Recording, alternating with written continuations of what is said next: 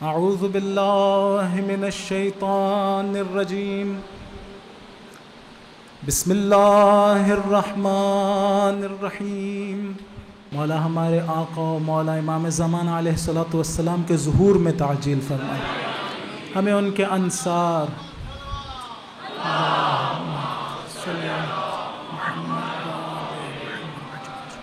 ہمیں ان کے انصار و اعوان میں شمار فرمائے، ان کے دل مقدس کو، دل مغموم کو ہم سے راضی و خوشنود قرار دے۔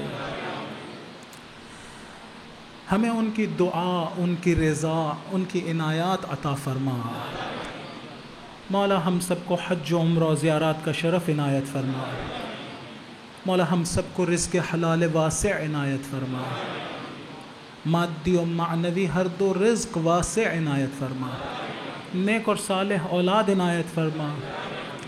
مولا ہمیں اور ہماری نسلوں میں اہل بیت کی، اپنی اور اہل بیت علیہم السلام کی معرفت، محبت، ولایت اور ذکر عنایت فرما۔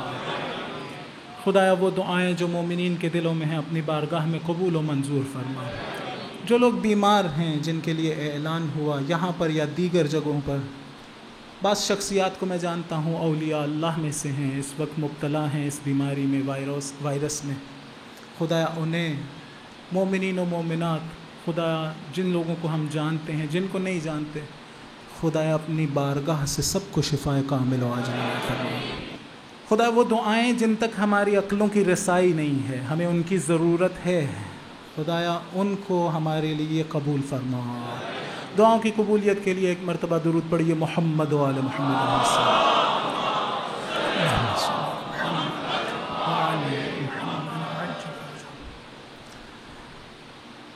مرکز یا محور ابھی تک کی گفتگو کا ہمارا یہ ہے کہ ہم خداوند متعال کے لیے پیدا کیے گئے ہیں، ایک خاص ہدف سے خدا نے ہمیں خلق کیا ہے، اور اس تک پہنچنے کے لیے خدا نے خود کچھ شخصیات کو ہماری ہدایت کے لیے بھیجا ہے۔ نورانی شخصیات ہیں، روحانی شخصیات ہیں، خدا نے انہیں بنایا ہی اس کام کے لیے۔ اور ہمارے دادا محترم فرمایا کرتے تھے کہ انبیاء علیہم السلام کو خداوند متعال نے ہمارے لیے نہیں بنایا، ہمارے لیے نہیں بنایا، فرمایا اپنے لیے بنایا ہے۔ ہمارے بارے میں بھی یہی ہے۔ میں نے ایک مرتبہ یہاں حدیث پڑھی ہے کہ خدا نے کہا میں نے کائنات تمہارے لیے بنائی، تمہیں اپنے لیے بنایا ہے۔ خدا نے ہمیں بھی اپنے لیے بنایا۔ لیکن انبیاء کے بارے میں کیا فرمایا کرتے تھے جو مجھے یاد ہے، وہ یہ کہ دیکھیے، اگر میں ایک بہت مہنگا گھر خریدوں اور کسی کو ہدیہ کرنا چاہوں تو گھر زیادہ اہم ہے یا وہ جسے ہدیہ دینا ہے؟ بہت مہنگا تحفہ خریدنا ہے، خریدا اور پھر کسی کو ہدیہ دینا، تو وہ مہنگا تحفہ زیادہ قیمت رکھتا ہے یا وہ جس کے لیے خریدا گیا ہے؟ وہ جس کے لیے خریدا گیا ہے۔ اگر انبیاء ہمارے لیے خلق ہوئے ہوتے تو ہم ان سے زیادہ اہم ہوتے، ہم ان سے زیادہ اہم ہوتے۔ نہیں، خدا نے ہمیں خلق کیا تھا ایک مقصد کے لیے، اس ہدف تک پہنچنے کا طریقہ کس نے بتانا تھا؟ خود خدا نے۔ کس نے میری ہدایت کرنی تھی؟ اصل ہادی کون ہے؟ خود خداوند متعال۔ خدا نے اپنا کام لینے کے لیے انبیاء کو بھیجا ہے، یعنی انہیں اپنے لیے بنایا ہے، اپنا کام ان سے لے رہا ہے، نہ یہ کہ میرے لیے بنایا ہے۔ بہرحال فائدہ مجھ تک پہنچ رہا ہے، یہ تو بات درست ہے۔ خدا نے وہ جو ہدایت کا کام لینا تھا اس کے لیے انہیں بنایا۔ اسی لیے تو کہتے نظر آتے ہیں کہ ہم، ہر نبی نے اس طرح سے کہا، سورہ ہود بھری پڑی ہے، سورہ یونس بھری پڑی ہے، سب اپنی قوم سے کہتے تھے ان اجریہ الا علی رب العالمین، ہمارا اجر کس پہ ہے؟ پروردگار پہ۔ کیوں؟ اس لیے کہ اس نے ہمیں بھیجا ہے، ہم آئے اس کی خاطر ہیں۔ جب اس کی خاطر آئے ہیں تو پھر اجر بھی اسی سے ملنا ہے، اجر بھی اسی سے لینا ہے۔ خوب، لیکن میں نے پہلے یہاں عرض کر دیا، دہراؤں گا نہیں، کہ رسول خدا صلی اللہ علیہ وآلہ وسلم نے ایسا نہیں فرمایا.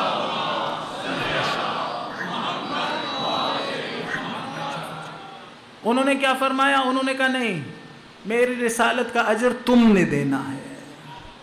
سارے انبیاء کیا کہہ رہے تھے؟ دیکھیے میں یہیں پر پڑھ چکا ہوں، اگر آپ کے اذہان عالیہ میں ہے تو میں نہیں دہراؤں گا، اگر نہیں ہے تو ایک درود بآواز بلند پڑھیے، میں دہرا دوں گا.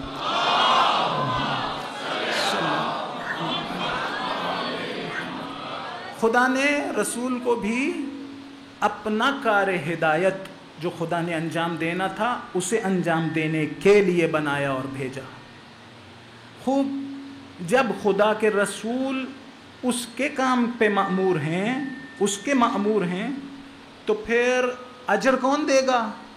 وہی جس کی طرف سے بھیجے گئے ہیں. پھر ہم سے کیوں اجر مانگا؟ کہا میری قربہ سے مودت رکھنا. قل لا اسألکم علیہ اجرا الا المودۃ فی القربہ. باقی انبیاء نے بھی تو زحمتیں اٹھائی تھی، وہ حضور سے کم درجے کے تھے، لیکن جب اجر کی بات آئی تو کہہ رہے تھے کہ ہمیں آپ سے کوئی اجر نہیں چاہیے، پروردگار ہمیں اجر دے دے گا. یہ بلند درجے کے تھے، انہیں بدرجے اولا یہی بات کہنی چاہیے.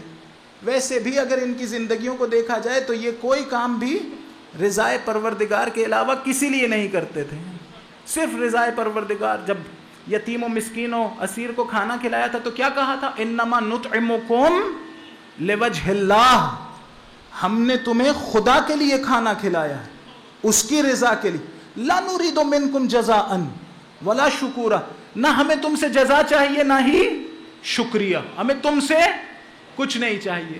یتیم و مسکین و اسیر اگر کچھ دے بھی رہے ہوں تو نہیں چاہیے. کیوں؟ اس لیے کہ خدا کے لیے کام کیا ہے، کسی عام بندے کے لیے کام نہیں کیا. روٹیاں دی ہیں خدا کی خاطر، خدا کی خاطر کیا تو خدا نے سورہ دہر نازل کر دی. انسانوں سے کچھ چاہیے ہوتا تو کبھی کچھ نازل نہ ہوتا. ایسا ہی ہے نا، علی نے ایک انگوٹھی دی زکوٰۃ میں، خدا نے آیت نازل کر دی. ہر کام وہ خدا کے لیے کرتے ہیں، لہٰذا اجر بھی خدا سے. لیکن پھر یہاں پر کیا کہا کہ نہیں اجر چاہیے. لیکن توجہ کریں تو خود نہیں کہا کہ اجر چاہیے، خدا نے کہا ہے کہو ان سے، قل، حبیب کہیے، رکے نہیں. معلوم ہوا خدا کہہ رہا ہے حبیب سے کہیے. اگر خود رسول سے پوچھا جاتا تو شاید حیا کر رہے تھے، شاید کہ کچھ نہ کچھ مانگ تو رہے ہیں، لیکن شاید یہ بات بھی درست نہ ہو، حیا نہ کر رہے ہوں، خدا ہی کے امر کا انتظار کر رہے ہوں کہ خدا مجھ سے کہے تو میں لوگوں کو بتاؤں کہ میں خود نہیں کہہ رہا ہوں، خدا کہہ رہا ہے. میں خود نہیں کہہ رہا ہوں، خدا کہہ رہا ہے. کیا کہہ رہا ہے؟ کہہ رہا ہے ان سے کہیے کہ یہ میری قربہ سے مودت رکھیں. مودت یعنی ایسی محبت جس کا اظہار کیا جائے، ایسی محبت جس کا خالی الفاظ سے نہیں، عمل سے. یعنی عمل ایسا ہو جو علی والوں سے مناسبت رکھتا ہو، علی کے دشمنوں سے مناسبت نہ رکھتا ہو. کوئی میرا عمل دیکھے تو کہتے ہو نہ ہو یہ علی والا ہے. آس پاس کے لوگ، محلے کے لوگ، یونیورسٹی کالج میں سارے صرف مجھے دیکھتے ہوں تو کہتے ہوں یہ علی و حسین کا پیروکار ہے. یہ نہ کہیں کہ یہ کس طرح کا شخص ہے، ایسی بات نہ ہو. دیکھیے میں پہلے بھی یہاں پر کہتا رہتا ہوں، آج پھر کہہ رہا ہوں، یہ زمانہ نہایت خطرناک ہے. میں ایک زمانے میں سوچا کرتا تھا، ایک دوست تھے ہمارے، وہ ہمیں بتاتے تھے کہ آخری زمانے کی نشانیوں میں سے یہ ہے کہ حق معلوم نہیں ہوگا، حق کو ڈھونڈنا بہت مشکل ہو جائے گا. تو میں طالب علم نیا نیا بنا تھا اس زمانے میں سوچتا تھا یہ کیسے ہوگا کہ حق کو ڈھونڈنا مشکل ہو جائے گا، یہ کیسے ہوگا؟ کتابیں بھری پڑی ہیں، کوئی بھی جائے حق تلاش کر لے. لیکن جب سے یہ سوشل میڈیا آیا اور موبائل اور انٹرنیٹ آیا، مجھے یقین ہو گیا ہے حق ڈھونڈنا بہت مشکل ہو گیا ہے. اب محنت زیادہ کرنی پڑتی ہے. اگر اسی چیز کے پیچھے چلتے رہے جو سوشل میڈیا میں آ رہی ہے، حق تک نہیں پہنچ سکیں گے. لہٰذا اب ہمیں زیادہ بہرحال توجہ کی ضرورت ہے. ایک درود پڑھ دیں محمد و آل محمد علیہ السلام.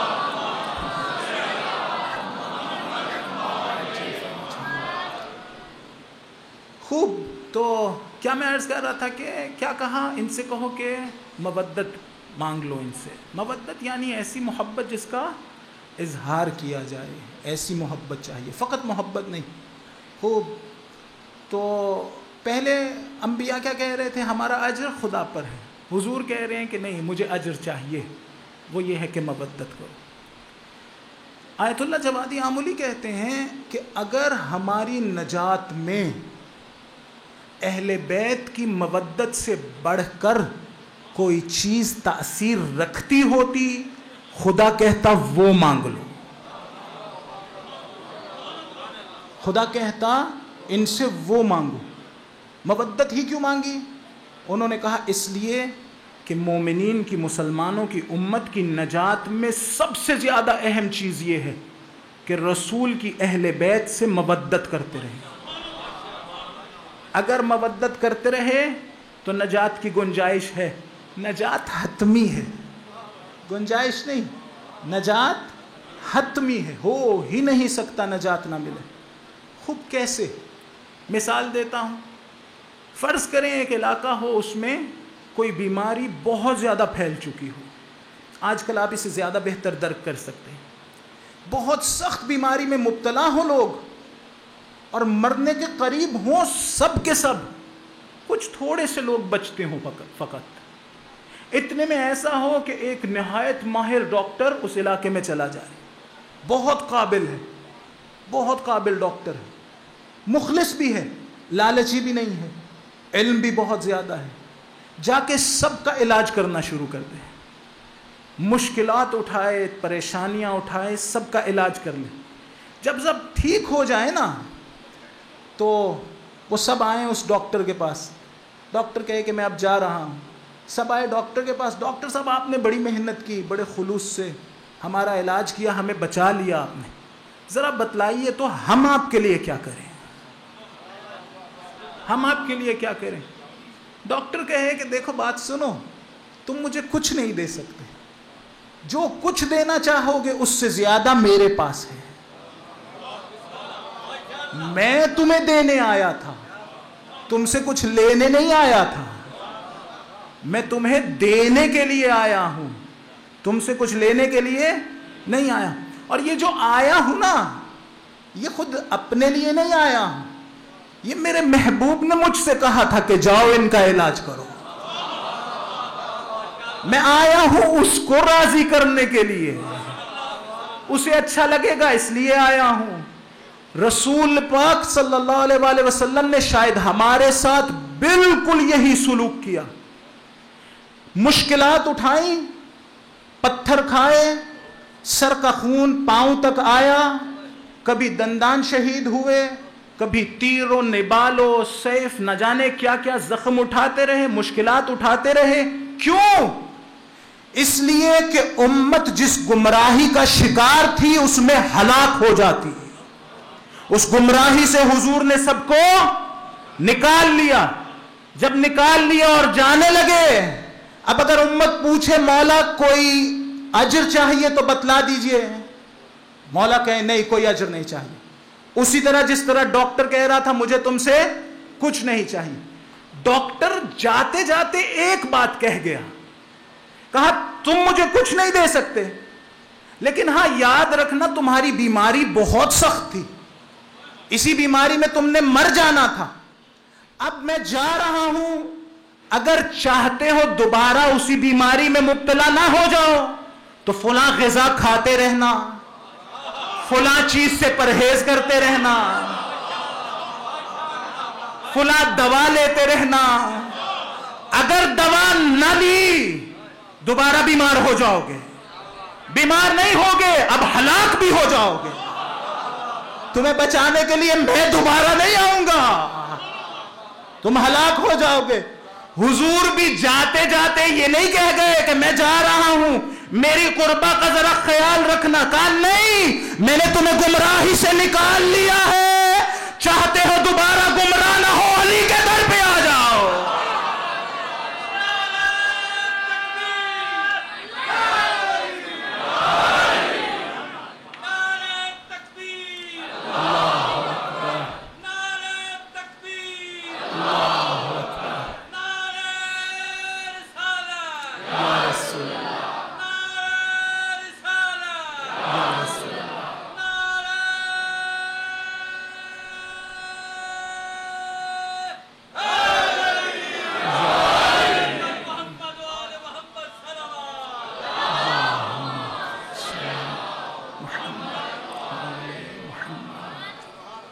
سوال کیا تھا؟ سوال یہ تھا کہ باقی انبیاء کہہ رہے تھے ہمیں کوئی اجر نہیں چاہیے، ہم اپنا اجر پروردگار سے لیں گے. حضور کہہ رہے ہیں کہ اجر چاہیے اور خدا نے کہا ہے کہ مانگ لو. اگر وہ ڈاکٹر کہے کہ فلاں دوا کھاتے رہنا، فلاں چیز سے پرہیز کرتے رہنا، تو ہم سے کچھ مطالبہ تو کر رہا ہے، لیکن کوئی کہہ سکتا ہے کہ اپنے لیے کچھ مانگ رہا ہے؟ نہیں، انہی بیماروں کے لیے کہہ رہا ہے کہ اگر دوبارہ بیمار نہیں ہونا چاہتے تو یہ نسخہ ہے.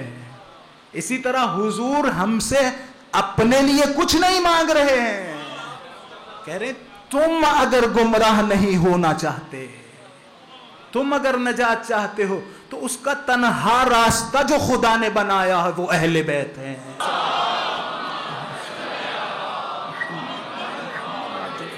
اور اگر کوئی بنایا ہے تو اس کا نام ہے قرآن. اس کو بھی سمجھنے کے لیے کہیں اور نہیں، اہل بیت ہی کے در پہ آنا پڑے گا. دو چیزیں چھوڑ گئے تھے نا، قرآن اور اہل بیت. اس کو بھی سمجھنا ہو تو انہی سے پوچھا جائے گا جن کے سینوں میں قرآن ہے. درود پڑھیں محمد و آل محمد علیہ السلام.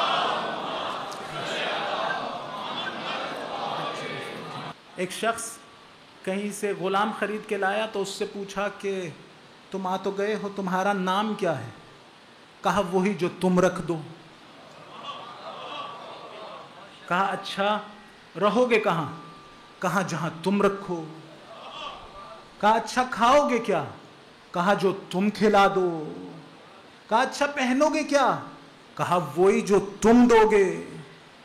اس آقا نے یہ سننا تھا کہ گریہ کرنا شروع کر دیا، رونا شروع کر دیا. غلام نے کہا مجھ سے کوئی غلطی ہو گئی ہے، کوئی جسارت ہو گئی ہے، گریہ کیوں کر رہے ہو؟ کہا گریہ اس لیے کر رہا ہوں کہ آج سیکھا ہے عبد ہونے کا مطلب کیا ہے. آج پتہ چلا ہے عبد ہونے کا مطلب کیا ہے. خدایا جس پہ تو راضی اس پہ تیرا عبد راضی. خدا کرے کہ ہم اس منزلت پر پہنچ جائیں. خوب، میری حیثیت کیا ہے؟ عبد ہونے کی. میں آزاد خلق نہیں ہوا. ایک مرتبہ پھر وہ جو ہمارے بچے، بعض اوقات جوان بچے یونیورسٹیز میں، کالجز میں ہیومنزم کے نام پہ، ریشنلزم کے نام پہ، مختلف اسی طرح کے ازمز ان کے نام پہ سنتے رہتے ہیں، لبرلزم کے نام پہ مختلف باتیں سنتے رہتے ہیں. ان کا اسلام سے تو کوئی تعلق نہیں ہے. اسلام نے صاف سیدھی سی بات کی ہے کہ تمہاری آزادی اس میں ہے کہ تم فقط خدا کے عبد رہنا. اگر چاہتے ہو آزاد رہو، بہت توجہ، اگر چاہتے ہو آزاد رہو، ساروں کی غلامی کے بندھن توڑ دو، صرف اس کے غلام رہو. اگر اس کی غلامی نہ اپنائی تو جگہ جگہ پر غلامی کے علاوہ کچھ نہیں ملے گا. کبھی اپنے نفس کے غلام ہوگے، کبھی کسی اور انسان کے غلام ہوگے، کبھی ہوائے نفسانی کے غلام ہوگے. ساری غلامیوں سے آزاد ہونا ہو، اس کی غلامی کو قبول کر لو. تو ہم لوگ کی حیثیت کیا ہے؟ عبد ہونا. اب مجھ سے کیا کہا؟ اس عبد سے کہا عبدی اطعنی حتی اجعلک مثل. اے میرے بندے میری اطاعت کر، اس طرح سے اطاعت کر کہ میں تجھے اپنی مثل بنا دوں. اقول لشیء کن فیکون، تقول لشیء کن فیکون. میں چیزوں سے کہتا ہوں ہو جا، وہ ہو جاتی ہیں. تو کہے ہو جا، وہ ہو جائیں. تو کہے ہو جا، وہ ہو جائیں. اب چاہتا کیا ہے؟ چاہتا یہ ہے اس کی مثل بنوں، میں اس کی صفات کی جلوہ گاہ بنوں. خوب، رستہ کس نے دکھلانا ہے بننے کا؟ خود اس نے. اب اس بننے کے رستے میں میرا سفر شروع ہو گیا خدا کی طرف. اس سفر میں کن کن چیزوں میں مجھے ضرورت ہے؟ اس کی جسے وہ بھیجے. میرے عقائد میں، میرے عقائد کیسے ہونے چاہیے؟ میں خود نہیں بتلاؤں گا، خود نہیں بناؤں گا. یہ نہیں کہوں گا میرا دل تو نہیں مانتا، میری عقل نہیں مانتی. میں کیا اور میری عقل ہی کیا, میں کیا میری عقل ہی کیا. خدا نے مجھ سے نہیں کہا کہ جاؤ اپنی مرضی سے اپنے عقائد بنا لو. روایت میں ہے اگر چونٹی خدا کے بارے میں سوچنا شروع کرے تو سوچے گی جس طرح میرے 2 اینٹیناز ہیں اس کے بغیر زندہ نہیں رہ سکتی. عام آدمی سوچنا شروع کرے, وہ چونٹی سوچنا شروع کرے گی خدا کے بارے میں کہ سوچے گی کہ خدا کے بھی کوئی نہ کوئی اس طرح کی شاخیں ہوں گی, اس لیے کہ اس نے اپنے پر خدا کا قیاس کرنا شروع کر دی. میری بھی عقل اسی چونٹی کی طرح سے ہے. خدا کو اپنی عقلوں کے مطابق نہیں میں تلاش کر سکوں گا. بس خدا نے عقائد کے مسئلے میں بھی میرا ہاتھ نہیں چھوڑا ہے. کسی نہ کسی کو تو بھیجا ہوگا جو مجھے خالص عقائد سمجھائے, کسی نہ کسی کو تو بھیجا ہوگا جو مجھے خالص. آقا کیا کہہ رہے تھے؟ ذرا ان چیزوں سے جن سے پرہیز کرنا ہے وہ بیان کر دیں. میں کوشش کر رہا ہوں. درود پڑھیے محمد و آل محمد.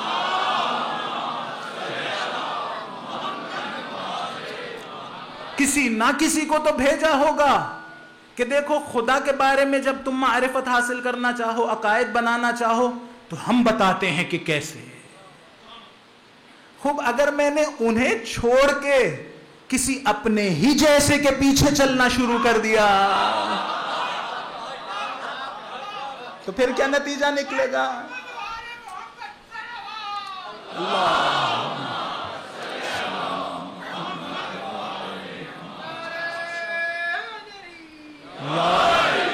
اب کیا کہہ رہا تھا کہ عقائد کے مرحلے میں وہ بتائیں گے کہ کیسے عقائد بنانے ہیں.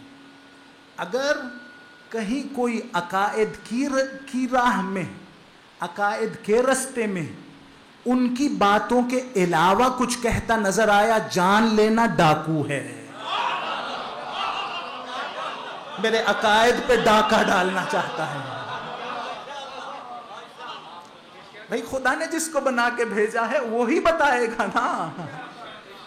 اگر اس سے مختلف کوئی بھی کچھ بھی بتاتا ہو تو جان لے رہزن ہے. ہاں خدا نے ایک اور کتاب, وہی جس کو میں نے کہا عدل ہے ائمہ علیہم السلام, اسے بھیجا ہے کہ ہاں یہ بھی وہی کام. خدا نے 2 چیزیں نازل کی ہیں, اہل بیت اور قرآن ہمارے لیے. خوب اسی طرح سے اب اگر مسئلہ آ جائے افعال کا, یہ تو تھے عقائد. اگر بات آ جائے میرے اعمال کی, تب بھی جس طرح سے خدا نے, دیکھیے ایک ہے آئیڈیالوجی, اعتقاد. میں نے عقیدہ ٹھیک بنایا ہے نہیں, میں یا احادیث متقنہ اور مستند پہ پرکھ لوں گا یا خدا کی کتاب پہ پرکھ لوں گا. اگر اس کے مطابق ہو تو درست عقیدہ ہے, اگر اس کے مطابق نہ ہو تو غلط عقیدہ ہے. خدایا تو نے عقیدے کے مرحلے میں کتاب خدا بھیج دی تھی, لکھائی یہ جو احادیث ہیں یہ ہم تک پہنچی تھی, کتاب خدا پہنچی تھی. ہم نے اپنے عقائد ان پہ پرکھنے, ان کے مطابق ہیں یا نہیں. خدا یہ جو ہم اعمال انجام دیتے ہیں کیا ان کے لیے بھی کوئی میزان بنایا ہے؟ کیا ان کے لیے بھی کوئی میزان بنایا ہے؟ رسول خدا کہتے نظر آئیں گے علی میزان الاعمال ہے. علی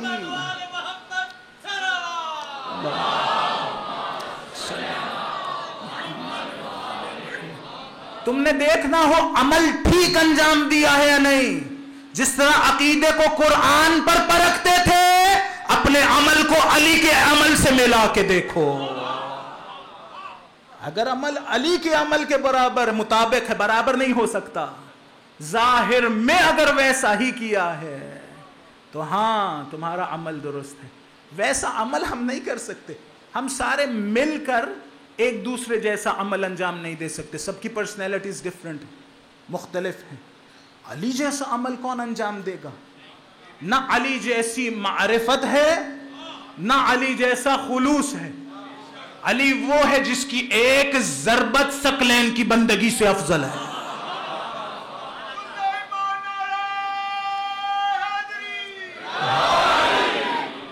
علی وہ ہے, اور ہمارے استاد کہا کرتے جس کی ایک ضربت ثقلین کی بندگی سے افضل ہو, اس کی نماز کیسی ہوگی. اس کی نماز کیسی ہوگی؟ لیکن ظاہر میں دیکھنا ہو کہ عمل ٹھیک تھا کہ نہیں، تو علی کی طرف رجوع کیا جائے گا.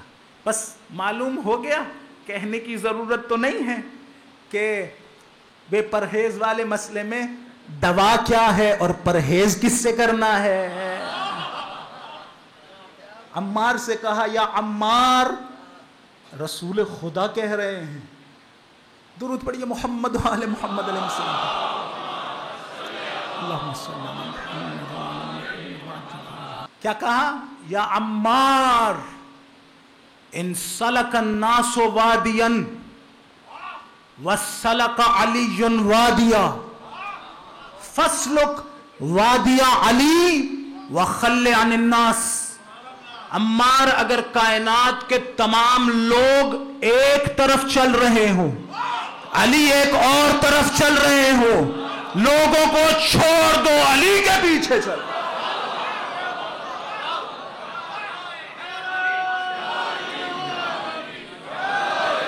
تیزی سے گزر گیا. یہی طریقہ ہے، یہی راہ ہے. پھر سے کہوں گا اور بار بار دل کرتا ہے یہ جملہ دہراؤں، میں نے ایسا نظام نہیں بنایا ہے، خدا نے بنایا ہے. لڑنا ہے تو جاؤ خدا سے لڑو. میرا کیا قصور ہے بھائی؟ میں تو وہ بتا رہا ہوں جو اس نے بنایا ہے. میں نے تو نہیں بنایا ہے، اس نے بنایا ہے اور اس کے حبیب نے پہنچایا ہے. جگہ جگہ پر پہنچایا ہے، اسی نے پہنچایا ہے. خدا نہ کرے میری گاڑی، میرا بینک بیلنس، میرے بچے، میرے دوستوں سے تعلقات، کوئی چیز اس آئینے جیسے کوئی کام کر دے. نائیں، بہت احتیاط کی ضرورت ہے. خدا سے دعا کیا کریں، خدایا اس دنیا میں بھی کچھ اور دے نہ دے، علی اور آل علی کی محبت اور ولایت ضرور دے دے. مروں تو اسی ولایت پر مروں. میرے دل میں یہ ایمان ہو وہ میرا آقا ہے، میں اس کا غلام ہوں. علی کے ناموں میں سے کیا ہے؟ علی یعصوب المؤمنین ہے. یعصوب الدین بھی ہیں، یعصوب المؤمنین بھی ہیں. یعصوب کسے کہتے ہیں؟ شہد کی مکھی کی ملکہ کو. باقی بھی شہد کی مکھیاں ہیں، یہ بھی شہد کی مکھی ہے، لیکن یہ باقی مکھیوں جیسی نہیں ہے. ساری مکھیوں کو اس کی خدمت کے لیے بنایا گیا ہے. یعصوب المومنین ہے یعنی کیا؟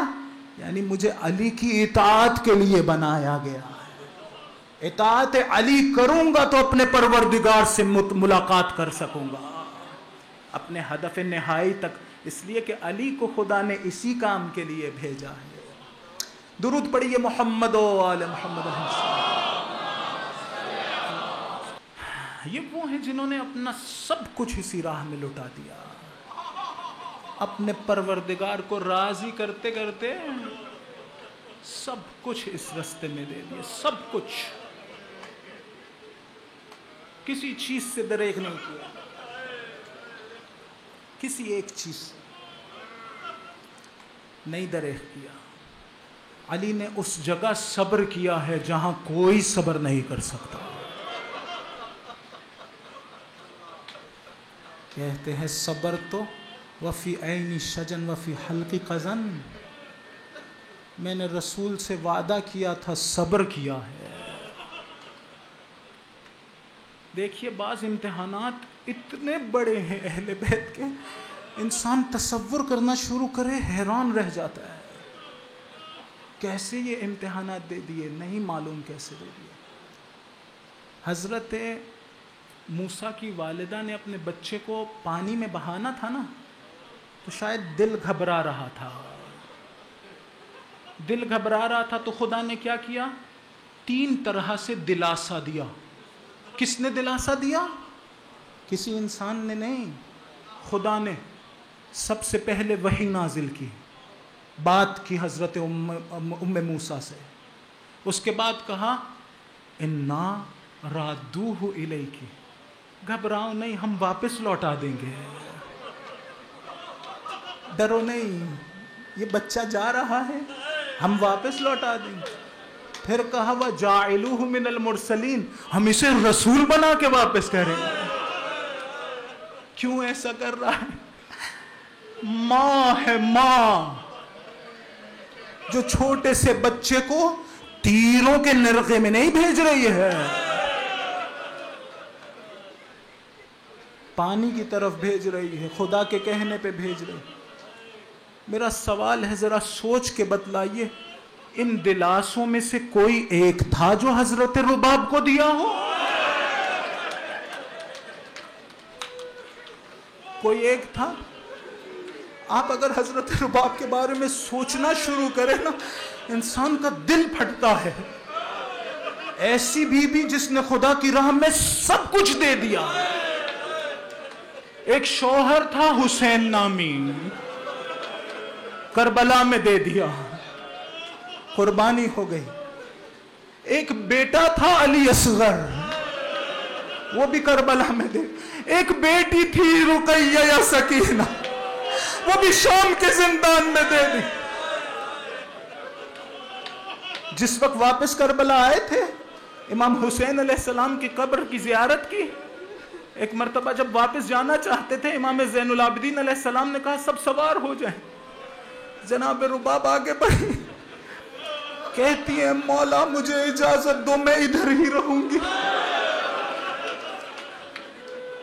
مولا نے کہا اجازت ہے، بی بی کے لیے خیمہ لگایا جائے۔ کہا آقا جس خاک پہ میں نے حسین اور بیٹے کا جنازہ دیکھا ہے، تپتی ہوئی دھوپ میں وہی میں چھاؤں میں نہیں بیٹھوں گی۔ بعض علماء نے عجیب باتیں نقل کی ہیں۔ جب شام غریبہ ہو گئی تھی نا، اس جملے کو سوچئے گا، مائیں سوچیں گی تو دیکھیے شاید بہت رقت آری ہو۔ جب شام غریبہ آ گئی نا، بیویوں کو پانی دیا گیا۔ جب پانی دیا گیا نا، تو وہی دودھ جو خشک ہو گیا تھا خدا نے دوبارہ جاری کر دیا۔ جلے ہوئے خیمے کے پیچھے کسی کے رونے کی آواز آ رہی تھی۔ جناب زینب گئی، دیکھا رباب رو رہی ہے۔ کہا بی بی کیوں رو رہی ہو؟ کہا بی بی جب میرا بچہ زندہ تھا یہ دودھ نہ تھا، اب میرا بچہ نہیں ہے۔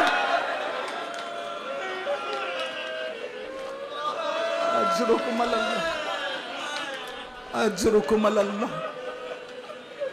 جب تنے تنہا رہ گئے نا حسین، اکیلا رہ گیا ہمارا مولا، زخمی بدن تھا، خون نکل رہا تھا، علی اکبر کا زخم کھا چکا، عباس کا زخم کھا چکا، دل دردوں سے بھرا ہوا، ہونٹ خشک، تنے تنہا رہ گیا۔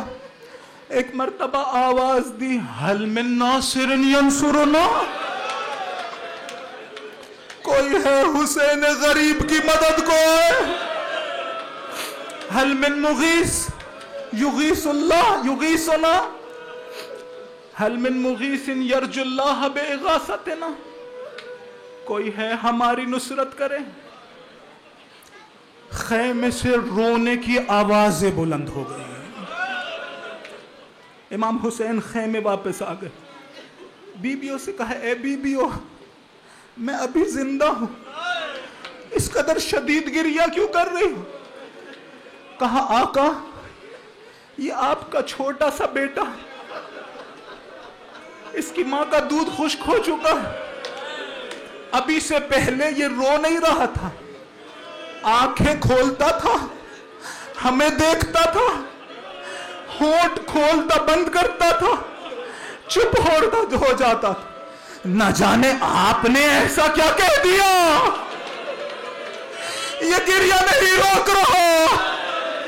مولا نے کہا ناولینی طفل الصغیر، لا میرا بچہ مجھے دو۔ کربلا کی تپتی ہوئی دھوپ میں آ گیا میرا مولا، بیٹے کو ابا کے اپنے دامن میں رکھا تھا، ابا کا دامن اس کے اوپر ڈال رکھا تھا. کیوں؟ اس لیے کہ پیاسا تھا، اس لیے کہ دھوپ بہت تیز تھی. اجرکم اللہ. لیکن ہمارے استاد کہتے ہیں حسین بار بار دامن اٹھا کے دیکھتے تھے علی اصغر زندہ ہے یا مر گئے. کیوں؟ اگر مر گئے ہیں نا حسین کو عباس اکبر کے قاتلوں سے پانی نہ مانگنا پڑے. اجرکم اللہ.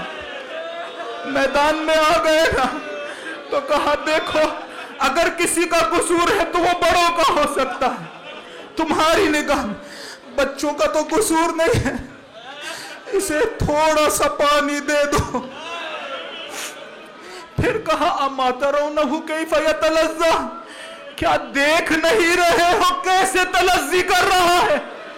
تلذی مچھلی کی اس کیفیت کو کہتے ہیں جب اسے پانی سے نکالا جائے وہ تڑپنے لگتی ہے، جب جان نکلنے لگے کبھی منہ کھولتی ہے کبھی بند کرتی ہے. کہہ رہے تھے دیکھ نہیں رہے میرا بچہ مرنے والا ہے. دشمن کی فوج میں لوگوں نے رونا شروع کیا. عمر سعد نے کہا حرملا اقتتل الحسین.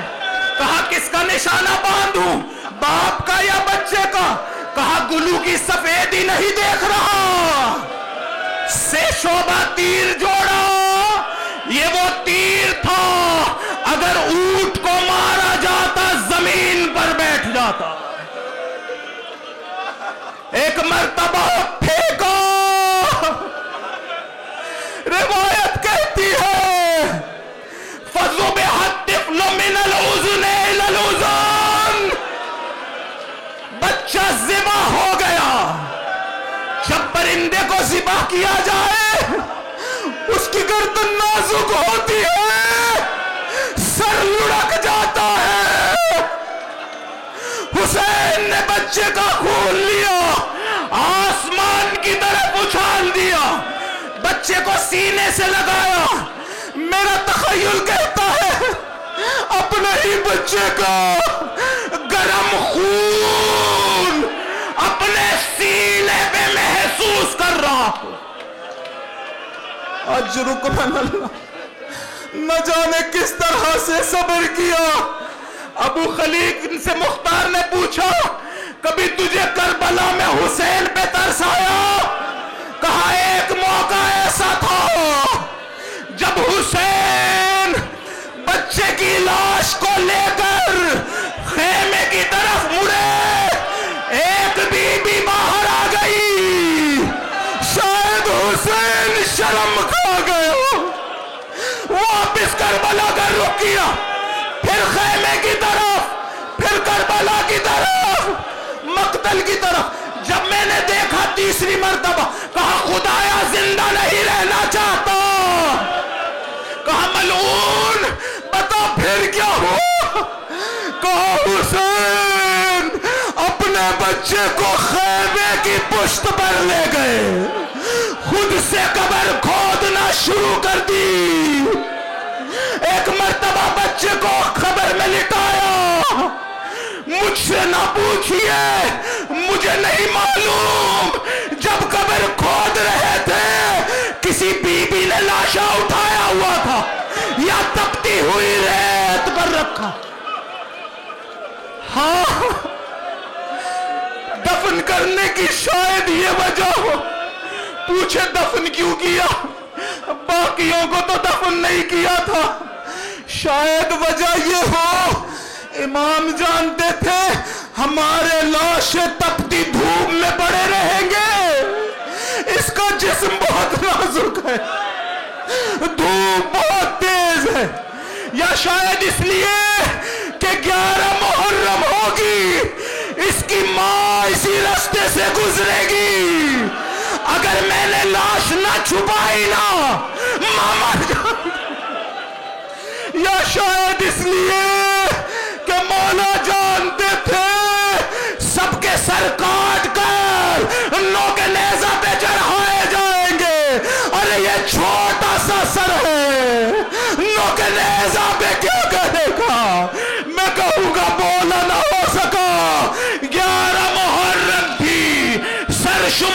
کیے گا